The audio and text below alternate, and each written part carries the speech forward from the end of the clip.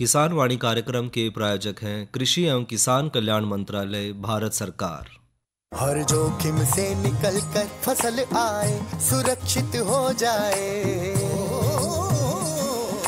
फसल बीमा से हर किसान अब आत्मनिर्भर हो जाए। संकट के समय प्रधानमंत्री फसल बीमा योजना किसानों के लिए वरदान है। अब सूखा पड़े या बाढ़ आ जाए कोई डर नहीं, अब ओले पड़े या कीट पतंगे फसल खा जाए कोई फिक्र नहीं, क्योंकि हमने लिया है प्रधानमंत्री फसल बीमा। बुआई से फसल कटाई तक हर जोखिम का दावा, न्यूनतम प्रीमियम पर अधिकतम भुगतान का वादा। योजना से हर साल जुड़ रहे हैं 5 करोड़ से ज्यादा किसान। अब आपकी है बारी। नजदीकी कृषि कार्यालय, सहकारी समिति, बैंक शाखा, अधिकृत बीमा कंपनी या जन सेवा केंद्र में स्वेच्छा से करा सकते हैं पंजीकरण। फसल बीमा पोर्टल या फसल बीमा ऐप द्वारा भी कराया जा सकता है पंजीकरण। प्रधानमंत्री फसल बीमा योजना, आपकी फसलों का संपूर्ण सुरक्षा कवच। कृषि एवं किसान कल्याण मंत्रालय, भारत सरकार। वीरेंद्र भाई राम राम। विनोद भाई आपने भी और किसान वाणी कार्यक्रम सुनने वाले सारे बहन भाइयों ने हमारी राम राम। वीरेंद्र भाई, आज किसान वाणी कार्यक्रम में चर्चा करेंगे उर्वरक का संतुलित उपयोग पे, और साथ में चर्चा करेंगे नींबू वर्गीय बागों की देखभाल पे, और जानकारी भी देंगे किसान भाइयों ने प्राकृतिक खेती में खाद के निर्माण और उसकी उपयोगिता के बारे में। और विनोद भाई एक चीज भूल गए। क्या जी? और वो यह है कि मनोरंजन भी करवाएंगे। जरूर भी भाइयों का मनोरंजन भी करवाएंगे साथ में। और क्यों ना फिर वीरेंद्र भाई चर्चा शुरू करें उर्वरकों के उचित और संतुलित बिल्कुल सही कह रहे हो विनोद भाई, बहुत अच्छा विषय आपने लिया कि भी उर्वरकों का संतुलित उपयोग कराया जाए। आप जाने कि खेती में उत्पादन बढ़ाने के लिए जो है जी दिन प्रतिदिन किसान भाई प्रयासरत रहे हैं। बिल्कुल। और उसमें एक सबसे बड़ा प्रयास ये रहा है कि ज़्यादा से ज़्यादा उर्वरकों का इस्तेमाल कराया जाए जी, और ज़्यादा से ज़्यादा फसलें जो है खेतों में से ली जा सकें। तो जब बात आवे ज़्यादा से ज़्यादा उर्वरकों का, ठीक है, जितनी जरूरत है उतना हमने इस्तेमाल करना है। पहली बात तो यह है कि ज्यादा से ज्यादा ना करें, जितनी खेत को या मिट्टी को जरूरत है उस अनुसार करें। बिल्कुल। ये बात यह है विनोद भाई, या जितनी जरूरत है या किस तरह पता लगे उसके लिए जो है मिट्टी की जांच करा। बिल्कुल, मिट्टी की जांच करवा के जिन जिन पोषक तत्वों की कमी है वो जो है खेत में पूरे करे जाए। ना के देखा देखी है कि विनोद भाई ने तो 2 कट्टे पा दिए और मैं भी खड़ा हो गया 3 ले गया, भाई विनोद भाई ने पीछा न रहे जो 3 पा इसमें। ऐसा देखा देखी ना करें। तो उससे क्या होगा कि हमारी जो मिट्टी है उसकी उर्वरा शक्ति बढ़ने की बजाय घटेगी भाई, खराब होगी। और उसकी तासीर भी घट जाएगी। बिल्कुल। और प्राकृतिक तासीर को बनाए रखने के लिए उर्वरकों का संतुलित इस्तेमाल करना बहुत ज्यादा जरूरी है। बिल्कुल। और जब संतुलित की बात आ जाए उसमें हमारे रासायनिक भी आ गए, उसमें जैविक भी आ गए, उसमें कंपोस्ट खाद भी आ गया, जिसे हम पुराना कुरड़ी का खाद कहते थे। समय समय पे हम सब का इस्तेमाल उसके अंतर करते रहें तो बहुत ज्यादा अच्छा रहेगा, बेहतर रहेगा, खेत की तासीर बनी रहेगी। और मिट्टी की भौतिक और रासायनिक दशा को बनाए रखने के लिए ये बहुत ज़्यादा ज़रूरी हो जाए कि ऐसी कृषि तकनीक अपनाई जाएं जिससे कि मिट्टी की सेहत को बरकरार रखा जा सके। और वीरेंद्र भाई, जो एक और जो आंकड़े हैं वो यूँ कहें कि 2025 तक लगभग 30 करोड़ टन जो है खाद्यान्न उत्पादन खातिर हमने लगभग 45 मिलियन टन उर्वरक की जरूरत पड़ेगी। मतलब कितनी ज्यादा उर्वरक की हमने जरूरत पड़ेगी बहुत ज्यादा इसके लिए। और उसके बावजूद भी हम सिर्फ 35 मिलियन टन तक की उर्वरक का प्रयोग कर पाने में जो है सफल हो पाएंगे, यानी कि लगभग 10 मिलियन टन उर्वरक की तो जो है जमीन की उर्वरा शक्ति कम रह जाएगी। अच्छा, फिर भी कसर रह जाएगी भाई। तो उसके लिए यही है कि हमने प्राकृतिक तरीकों का इस्तेमाल ज़्यादा से ज़्यादा करना चाहिए और फसलों की उपज बढ़ाने और उत्पादों की गुणवत्ता को बनाए रखने के लिए भी विनोद भाई पोषक तत्वों के संतुलित इस्तेमाल की महत्वपूर्ण भूमिका रहे। आपने देखा होगा जब न्यू कहे रहे थे भाई हरित क्रांति आ गई है जी, और उसके अंदर क्या था कि हमने आत्मनिर्भर बनना था जी, कि जो हमारे खाद्यान्न फसलें हैं उसमें जो है हम अनाज में हम आत्मनिर्भर बने। इसमें कोई संदेह नहीं है कि उस दौरान प्रयास हुए। बिल्कुल। और हमारा देश जो है आत्मनिर्भर बना और हमने ज़्यादा से ज़्यादा जो अनाज है उसका उत्पादन करें। पर उस अनाज का उत्पादन बढ़ाने में उर्वरकों की जो भूमिका रही ना वो एक अंधाधुंध इस्तेमाल की तरफ बढ़ गई, जाने अनजाने में होगी। बिल्कुल सही। तो उसको जो है संतुलित करने के लिए प्रयास हमने करने पड़ेंगे। और विनोद भाई एक बात और है जी, जो एक पौधा है बढ़वार कर रहा है ना खेत में फसल का, या जो फसल बढ़वार कर रही है उसने खेत में से अपने जीवन काल में जो उसका 100 दिन का लगा लियो, 120 दिन का लगा लियो फसल का, कई 140 दिन का भी हो जाए, तो उस दौरान जो है उस फसल के पौधों को जो है अपना बढ़वार के लिए 16 से 17 जो पोषक तत्व हैं उनकी जरूरत पड़े है।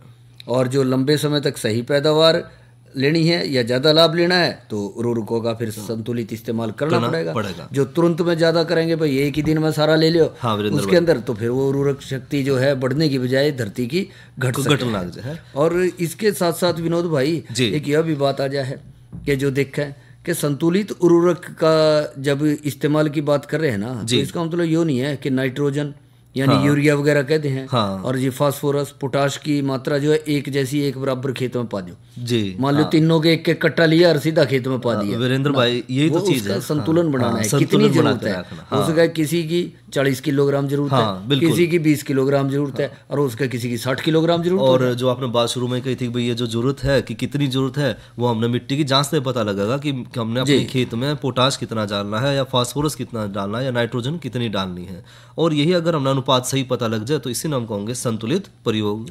बिल्कुल सही कह रहे हैं। और इसमें विनोद भाई आप वही बताया करो कि भी जो वैज्ञानिकों ने जांच करी मिट्टी की, पाया बिल्कुल समय समय पर करते रहे तो मिट्टी की सेहत को बरकरार रखने के लिए और किसान भाइयों का मार्गदर्शन करने के लिए, तो उसके अंदर भी जो है जो ये पोषक तत्व हैं उसमें उतार चढ़ाव जो है वो देखना मिला है।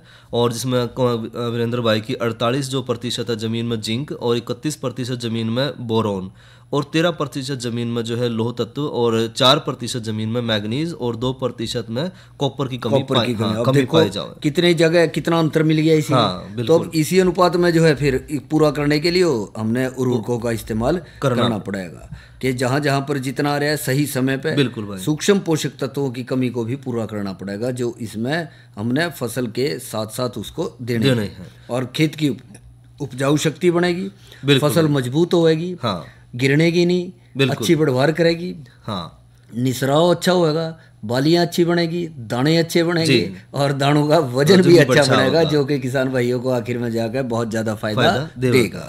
आपने बिल्कुल सही कहा कि जो सूक्ष्म पोषक तत्व है उनका भी उतना ही महत्व है वीरेंद्र भाई जितना कि मुख्य पोषक तत्वों का, और जो किसान भाई वो ज्यादातर नाइट्रोजन की तरफ ही ज्यादा ध्यान रखा है कि भाई नाइट्रोजन ज्यादा डाले। ज्यादातर विनोद भाई वो खेत खेत पे निर्भर करे या क्षेत्र पे भी निर्भर करे। कई इलाकों में देखा जाए फास्फोरस की कमी ज्यादा है तो फास्फोरस का ज्यादा इस्तेमाल होगा, कई में जहाँ नाइट्रोजन की कमी ज्यादा है तो यूरिया का इस्तेमाल ज्यादा हो जाएगा, तो उसी अनुपात में जो है इसको इस्तेमाल कर सके हैं। और जो वैज्ञानिक भाई हैं वो जो है वैज्ञानिक है वो उनके अनुसार जो नाइट्रोजन फास्फोरस और पोटाश का जो संतुलित अनुपात है वो है 4:2:1, यानी कि नाइट्रोजन अगर हमने 4 हिस्से लेनी है तो फास्फोरस 2 हिस्सा और पोटाश 1 हिस्सा हमने लेना है।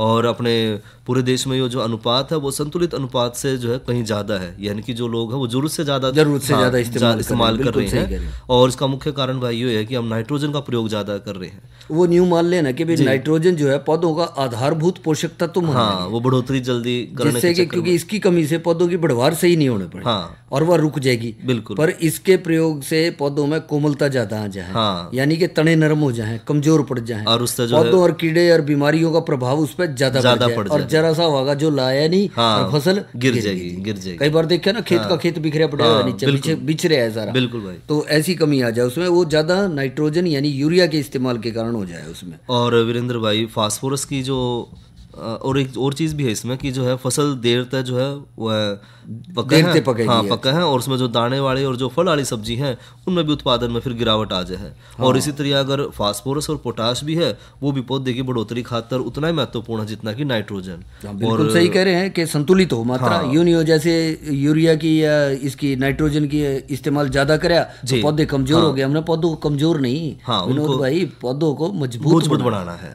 और फास्फोरस की कमी तो जो है जड़ का जो विकास है उसकी बढ़ोतरी है वो रुक जाए और फुटाव भी रुक जाए और जो बाली है उसके दाने कम बने हैं और फसल देर में पका है और दाने की अपेक्षा जो है उसमें भूसे का जो लाण ज्यादा हो जाए, लाण ज्यादा हो जो उसकी प्रतिरोधक क्षमता बढ़ जाए और जो फसल है उसने गिरने से बचाव भी है तो फास्फोरस भी उतना ही जरूरी है।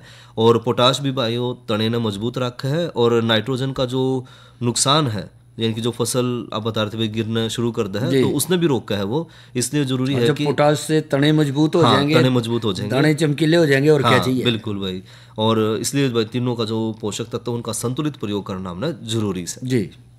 और इसके साथ साथ विनोद भाई, भूमि की उर्वरा शक्ति को बरकरार रखने के लिए जो है, जैसा हम जिक्र कर रहे हैं कि उर्वरकों का संतुलित मात्रा में इस्तेमाल जरूर करें। इसके साथ साथ ऐसे उपाय भी अपनावें जिससे इनका सही इस्तेमाल हो सके और उनकी में दक्षता में बढ़ोतरी हो सके। बिल्कुल भाई। फास्फोरस और पोटाश के उर्वरकों की पूरी मात्रा जो है वो खेत में नीचे दे दें जब बीज बोने लग रहे हैं। बिल्कुल सही, बिजाई के दौरान दे दें, खेत तैयार करने लग रहे हैं उसमें दे दें। पर जो नाइट्रोजन की मात्रा है यानी कि यूरिया की, वो मिट्टी की किस्म के अनुसार या मिट्टी की जांच के बाद फसल में जो 3 बार जरूरत है, जैसा वैज्ञानिकों ने बताया, तो 3 बार डालें। और जो 4 बार दें तो 4 बार डालें। बिल्कुल। और वो भी समय के अंतराल पे। यदि 20 दिन बताया तो 20 दिन का अंतर रखें, और जो 25 दिन या 30 दिन का अंतर बताया तो 25 या 30 दिन का अंतर रखें। बिल्कुल सही कह रहे हो। और साथ में जो बुआई तक पहला गोबर की जो गड़ी सड़ी खाद है वो भी खेत में जो है अच्छी तरह से मिला दें, तो उर्वरक के प्रयोग की जो जरूरत है वो कम हो जाए। और जैविक खाद के प्रयोग तभी जो है भाइयों, जो मिट्टी की दशा है वो पहले की अपेक्षा ज़्यादा सुधरे है, क्योंकि जो प्राकृतिक खाद है वो भूमि की भौतिक और रासायनिक संरचना में सुधार है, और अगर हम उर्वरक का असंतुलित इस्तेमाल करेंगे तो उससे जमीन की जो है पोषक तत्व कमज़ोर हो जाए। और साथ में जो जैविक खाद का अगर हम इस्तेमाल कर रहे हैं तो वो जीवाणु का भोजन बना है, जिससे जो मित्र कीट है उनकी संख्या बड़ी तेजी से बढ़े भी है। बिल्कुल सही कह रहे हो। और जब मित्र कीट की संख्या बढ़ेगी तो अपने आप जो है खेत की तासीर भी बदल जाएगी, और वह भी अच्छी ज़्यादा उपजाऊपन उसमें आवे। हाँ, और वीरेंद्र भाई साथ में जो अगर गोबर की खाद ना मिले तो हरी खाद और जीवाणु खाद का भी किसान भाई प्रयोग करें तो अच्छा है, क्योंकि हरी खाद में भी जो है जिस तरह डेचा है, सनई है, गवार है, लोबिया है, मूंग है, उड़द है, ये अच्छी फसल है। दलहनी फसलें भी इस्तेमाल करते रहे। और इसमें एक और भी है विनोद भाई, आपने मूंग, उड़द वगैरह का, लोबिया का जिक्र कराया, ग्वार का, ये ऐसी दलहनी फसलें हैं जिनको हम समय समय पे फसल चक्र के साथ भी अपना सकें। बिल्कुल बिल्कुल। और उससे भी जो है खेत की उर्वरा शक्ति बढ़ेगी, उसका फायदा इसमें बहुत ज्यादा मिलेगा। तो विनोद भाई, या तो आपने चर्चा करी आज उर्वरकों का संतुलित उपयोग पे, और आप कह रहे थे कि भी आज तो मौसम साफ रहा, कल तो जो है काफी थोड़ा देख रहे थे आपके किस वजह से मौसम में जो है धूलधान सी थी, बादल से छाए हुए थे। तो आज का दिन भर कैसा रहा मौसम का मिजाज, और आने वाला पूर्वानुमान क्या है, क्या है? हाँ, इसके बारे में भी सुन लो। किसान भाइयों, राम राम। मौसम पूर्वानुमान एवं कृषि सलाह के साथ मैं हूँ डॉक्टर ममता, मौसम विशेषज्ञ, कृषि विज्ञान केंद्र कुरुक्षेत्र। किसान भाइयों, कुरुक्षेत्र जिले का आज का अधिकतम तापमान 28.1 डिग्री सेल्सियस रहा। न्यूनतम तापमान 14.3 डिग्री सेल्सियस रहा। नमी की बात करें तो सुबह और शाम की सापेक्ष आर्द्रता 82 और 27% रही। हवा की रफ्तार 16 किलोमीटर प्रति घंटा रही। अब हम बात करते हैं आने वाले मौसम के पूर्वानुमान की। तो किसान भाइयों, 13 नवंबर तक मौसम आम तौर पर परिवर्तनशील परंतु खुश्क रहने का अनुमान है। इस दौरान रात्रि तापमान में हल्की गिरावट आने, हवा में नमी की मात्रा अधिक रहने के साथ बीच बीच में कहीं कहीं पर आंशिक बादलवाई रहने का अनुमान लगाया जा रहा है। अब हम बात करते हैं मौसम पूर्वानुमान आधारित कृषि सलाह की। जैसे कि किसान भाइयों, मौसम खुश्क रहने का अनुमान है तो आप अपनी फसलों में आवश्यकता अनुसार सिंचाई कर सकते हैं। धन्यवाद। और भाइयों, इसी के साथ जो है कल के किसानवाणी कार्यक्रम में चर्चा करेंगे बागों में फूल और फल झड़ने की समस्या और उसके बचाव के उपाय, और साथ में चर्चा करेंगे नई फसल नई उमंग के तहत मटर की बिजाई, और साथ में किसान भाइयों तो जानकारी देंगे एग्री मार्केट ऐप के बारे में। और वीरेंद्र भाई क्यों नहीं भाइयों का मनोरंजन करवा जरूर सुनाओ है लोकगीत।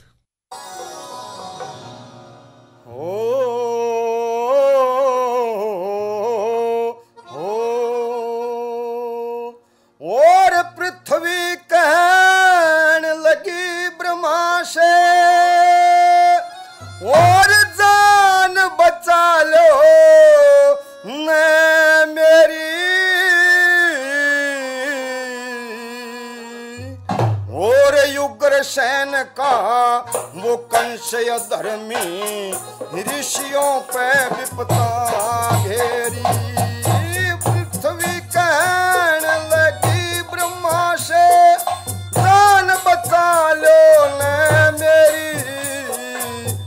उग्रसेन का वो कंसय धर्मी, ऋषियों पे विपदा घेरी।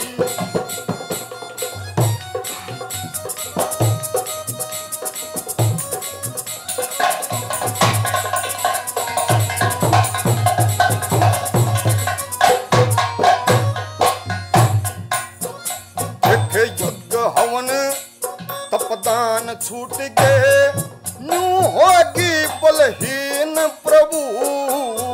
संध्या तर्पण अग्निहोत्र कर दिए तेरा तीन प्रभु। वेद शास्त्र उपनिषदा में करते नुक्ता तीन प्रभु। राम नाम सब का छुटवा दिया, उपक्रम में लोली ने प्रभु। राम नाम सब का छुटवा दिया, उपक्रम में लोली ने प्रभु। और कंस देखे शिशुपाल और जरासंध ये करते हैं हेरा फेरी। उग्रसेन का वो कंस धर्मी, ऋषियों पे विपदा घेरी।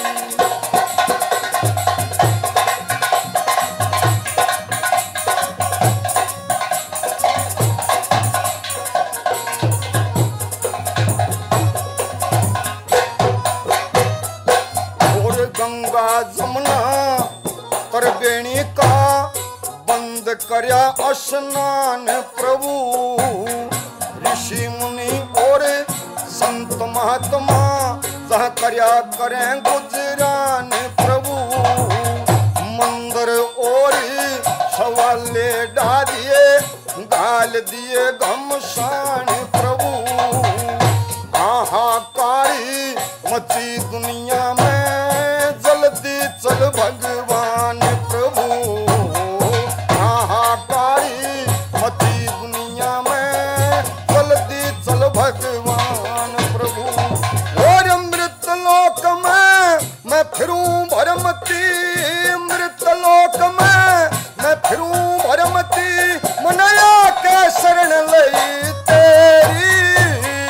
उग्रसेन का वो कंसय धर्मी, ऋषियों पे विपदा घेरी।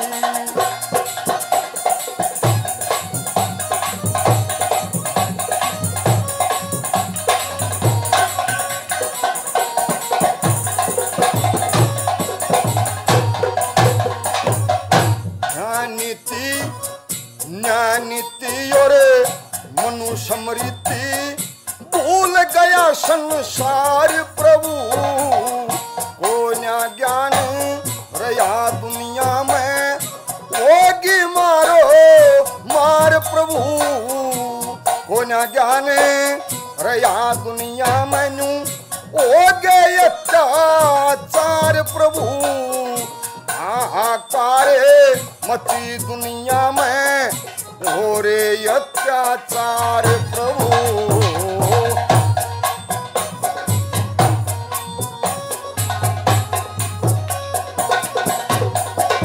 और संत भाज के हिमालय में, संत भाज के हिमालय में, और मथुरा में डूबा ढेरी।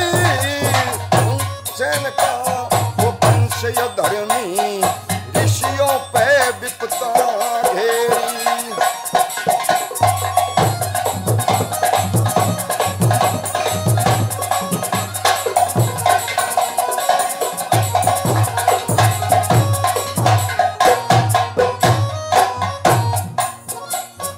सतयुग में ऋणाकुश माया, नरसिंह रूप धर्या प्रभु। त्रेता में तने रावण मारा, बन के राम फिरा प्रभु। कृष्ण बन के कंस मार दे, हो जा ब्रज यो हर्या प्रभु। मंगे राम रम्या सब में, सेवक श्याम तेरा प्रभु। मंगे राम रम्या सब में हूँ, सेवक एक श्याम तेरा प्रभु। और तू मथुरा में चाल पिया, और तू मथुरा में आ जाइए, और गोपी जन्म घरा लेरी।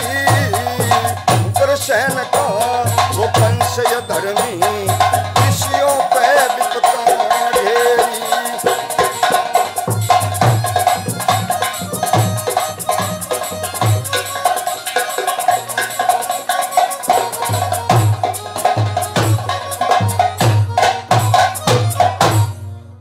और ये तो सुना भाइयों ने लोकगीत, और गायक कलाकार थे हरिओम। और वीरेंद्र भाई एक चर्चा करें नींबू वर्गीय। बिल्कुल विनोद भाई, नींबू वर्गीय पौधों के बारे में आप चर्चा करने जा रहे हैं। और मैंने कई बार देखा आप नींबू का इस्तेमाल भी काफ़ी करो जी, क्योंकि न्यू कहें कि नींबू में गुण भी काफ़ी हैं। हाँ, बिल्कुल। और उसको देखते हुए विटामिन सी वगैरह, और इसके साथ साथ विनोद भाई जी गुणकारी नींबू का इस्तेमाल तो जब ही करेंगे जब खेता में जो है बाग इसके सही रहेंगे और बढ़िया चलेंगे, और उससे उत्पादन जो है अच्छा होगा। और किसान भाई भी जो है या जो बागवान है वो नींबू वर्गीय बागों की जो है सही देखभाल करेंगे जी। तो ऐसे में पहली बात तो यह आ जाए नींबू वर्गीय बागा में जो कीनू है, नींबू, माल्टा, संतरा, ग्रेप फ्रूट, मीठा नींबू वगैरह ये ज्यादातर पड़े हैं उसमें। और इसमें समय के अनुसार कभी कभी मौसम के उतार चढ़ाव के कारण कुछ बीमारियों का प्रकोप हो जाए। बिल्कुल बिल्कुल वीरेंद्र भाई। और अगर बीमारियों की बात करें तो जो संतरा और माल्टा है उसमें कोड़ रोग, जिसने कैंकर भी कहते हैं, और इस रोग की जो लक्षण है वो है एक तो उसके जो प्रकोप में पत्ते, टहनी और जो फल है उस पर गहरे रंग के खुरदरे धब्बे बन जाए। और कागजी नींबू और जो ग्रेप फ्रूट है उसमें बीमारियां ज्यादा है। और दूसरी बीमारी है जो नींबू वर्गीय पौधों में वो है एंथ्रेक्रोज या फिर जो है टहनी मार रोग। इस रोग में टहनी सूखनी शुरू हो जाए, और कदे कदे तो जो है बड़ी टहनी भी जो है सूख जाए इसमें, और पत्ते पर दाग पड़ जाए, और फिर जो है फल और तने भी गलने शुरू हो जाए, गलन लग जाए, जड़न लग जाए। और वीरेंद्र भाई एक और है गूंद निकलने का रोग भी है इनमें, क्योंकि इस रोग में जमीन जो है के बराबर के जो तने हैं उसकी छाल गलनी शुरू हो जाए, और उसके अंदर की जो लकड़ी है वो मरनी शुरू हो जाए, और इसमें से जो है गोंद सा निकलना शुरू हो जाए फिर जी। और एक समस्या और है नींबू वर्गीय जो पौधे हैं उसमें है मोटल लीफ, यानी कि जस्ते की कमी। इस रोग में पत्ते की नसों के बीच की जो जगह है वो सफ़ेद सी हो जाए और ऊपर के पत्ते छोटे रह जाए। साथ में जो है तने और फल गलना भी एक समस्या है। पत्तों और टहनी और फलों के बाहर के जो पीले रंग के गहरे गोल धब्बे हैं वो पड़ने शुरू हो जाए, और बाद में ये धब्बे ऊपर के और ऊपर का खुरदरे हो जाए। अच्छा, ये तो आपने कई जिक्र कर दिया इसका। तो जब ये बीमारियां या रोग जब इन नींबू वर्गीय पौधों पर आ रहे हैं तो विनोद भाई इनका कोई इलाज भी होगा? हाँ वीरेंद्र भाई बिल्कुल, क्योंकि एक तो जो हम बात कर रहे थे ना गोंद निकलने वाली जो समस्या होती है, उसमें जो पौध गलन या जो गोंद निकलने वाली समस्या है उसमें जो भाग उसने एक तो कुरेद को साफ कर ले, और फिर बोर्डो पेस्ट लगाकर उसने एक हफ्ते के बाद फिर दोबारा उस पर बोर्डो पेस्ट लगा हुआ है, और काट छाट के बाद लगभग 3 ग्राम 1 लीटर पानी में 10 जो है या फिर 10 ग्राम जो है स्ट्रेप्टोसाइक्लिन और 10 ग्राम जो है कॉपर सल्फेट का 500 लीटर पानी में जो है घोल बनाकर उसका 3 छिड़काव करें। और पहला छिड़काव जो है अक्टूबर, दूसरा छिड़काव दिसंबर में, और तीसरा फरवरी। यानी आजकल के दिनों में कर लें और आगे चल के फिर फरवरी के महीने में करना पड़ेगा। बिल्कुल बिल्कुल भाई। और साथ में जो है अप्रैल, और इसमें जो है 500 मिलीग्राम जो है प्लांटामाइसिन और 2 ग्राम जो है कॉपर ऑक्सीक्लोराइड का जो है घोल प्रति लीटर पानी के साथ मिलाता है, उसमें जो है दिसंबर और फरवरी के महीने में छिड़काव ये विनोद भाई जो है हर महीने जो है किसान भाइयों को समय समय पे अपने जो नींबू वर्गीय बाग हैं उन पौधों की तरफ नजर डालनी पड़ेगी, और जहाँ जहाँ पे भी कोई ऐसी चीज दिखाई दे रही है, लक्षण दिखाई दे रहे हैं, तो उस रोग के तासीर के अनुसार ही जो है उसका इलाज करना पड़ेगा, और उसको ध्यान रखना पड़ेगा, या फिर नज़दीकी जो बागवानी विशेषज्ञ हैं उनकी भी जो सलाह समय समय पे जरूर ले सकें। तो विनोद भाई, या तो आपने चर्चा करी नींबू वर्गीय बागों की देखभाल पे, और एक जानकारी और लेकर आए थे आप पर, वो कह रहे थे कि प्राकृतिक खेती के लिए जैविक खाद निर्माण और उसकी उपयोगिता। तो जैविक खाद का तो बहुत फायदा है, पर फायदा तभी उठावेंगे जब उसको सही समय पे तैयार करेंगे।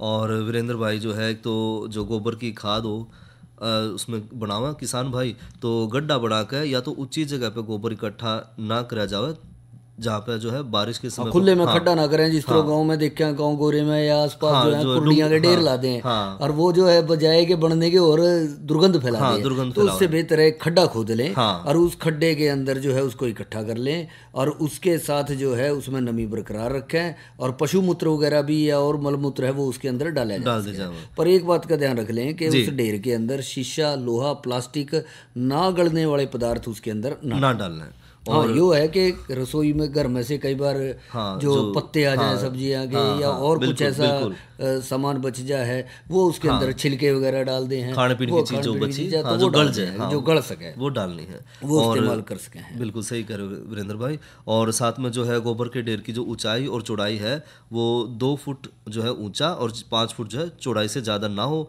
और लंबाई हम कितनी भी रख सकें, अपनी सुविधा अनुसार रख सके हैं। और गोबर के ढेर में नमी बनाए रखना बहुत जरूरी है। तो गर्मी के मौसम में जो है नमी का ख्याल हमने खास तौर पर रखना है और इसलिए भाइयों इसी जगह पे खाद बनाओ जहाँ पानी की सुविधा भी उपलब्ध हो। और अगर गोबर के ढेर को ढक कर रखा जाए तो ज़्यादा बेहतर है। तो लिपाई तक जो है खाद जल्दी बना है और लिपाई ना करी जाए तो काले और मोटे जो पॉलीथीन उससे ढक दें ताकि वो सही रहे।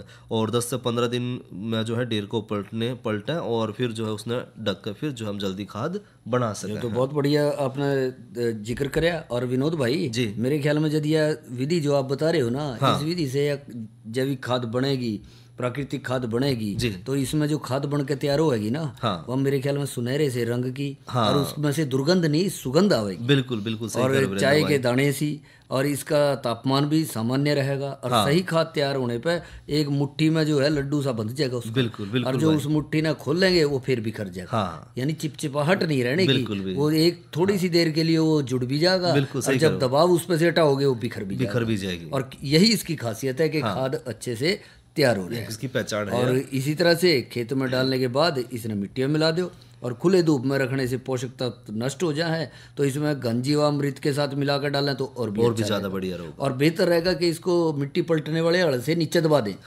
खेत में जुताई कर दें खेत की, जिससे खुली हवा में ना रहे, नहीं तो सूख के फिर वो तो बन जाएगा जिस तरह गोबर की करसियां हो जाएगी, सूखे उपले से वैसा ना बनावे, इसको नरम रखें और खेत के अंदर उसको अच्छे से उसको मिला के छोड़ दें। तो इस तरह से जो ध्यान रखेंगे तो बेहतर और एक अच्छी जो यूँ कहें कि कंपोस्ट खाद जो है वो तैयार हो जाएगी। और इसके अंदर जो देखा जाएगा जब समय समय पे इसको इस्तेमाल करेंगे तो किसान भाई खुद ही पाएंगे कि कितना फ़ायदा जो है उनको खेत में लगा और उस खेत से मिलने वाली जो फसल होगी उसका भी जो है रंग रूप अलग और झाड़ जो है वो अलग ही देखना होगा। और तो विनोद भाई जी, इस कार्यक्रम के प्रायोजक थे कृषि एवं किसान कल्याण मंत्रालय, भारत सरकार। अरे अरे अरे क्या कर रहा है? इधर इधर इधर हम बोल रहे हैं तेरे बीजू का। उतला बोल रहा है? पक्षियों से तो हम खेत को बचा लेते हैं पर इन घातक रसायनों से कैसे बचाएं? मतलब? देख बेटा, तू जो ये अंधाधुंध रसायन मिलाता है ना, मिट्टी की सेहत बिगड़ने लगी है और जब माटी ही कमजोर पड़ जाएगी तो उपज कैसे सेहतमंद होगी? अरे पहले ऐसा नहीं था, पूछना अपने बड़े बुजुर्गों से कैसे फसल लहलहाती थी, शुद्धता झलकती थी। माटी भी तंदुरुस्त और लोग भी। अब पहली वाली बात कहाँ? पर अब तो सब यही डाले हैं। सब नहीं, आज भी लाखों जागरूक किसान परंपरागत विधि से फसल उगा रहे हैं, खर्चा कम और उपज की कीमत भी बेहतर पा रहे हैं। सच है? रे बेटे एक्सपीरियंस से बता रहे हैं, धूप में बाल सफेद नहीं किए हैं। ठीक है भाई, मैं भी आज से जैविक खेती शुरू करूंगा। माटी से प्रेम की परंपरा है, परंपरागत खेती। और विनोद भाई, इसी के साथ हमारे आज के किसान वाणी कार्यक्रम का समय समाप्त है, तो भाइयों से ले इजाजत। अच्छा भाइयों, राम राम।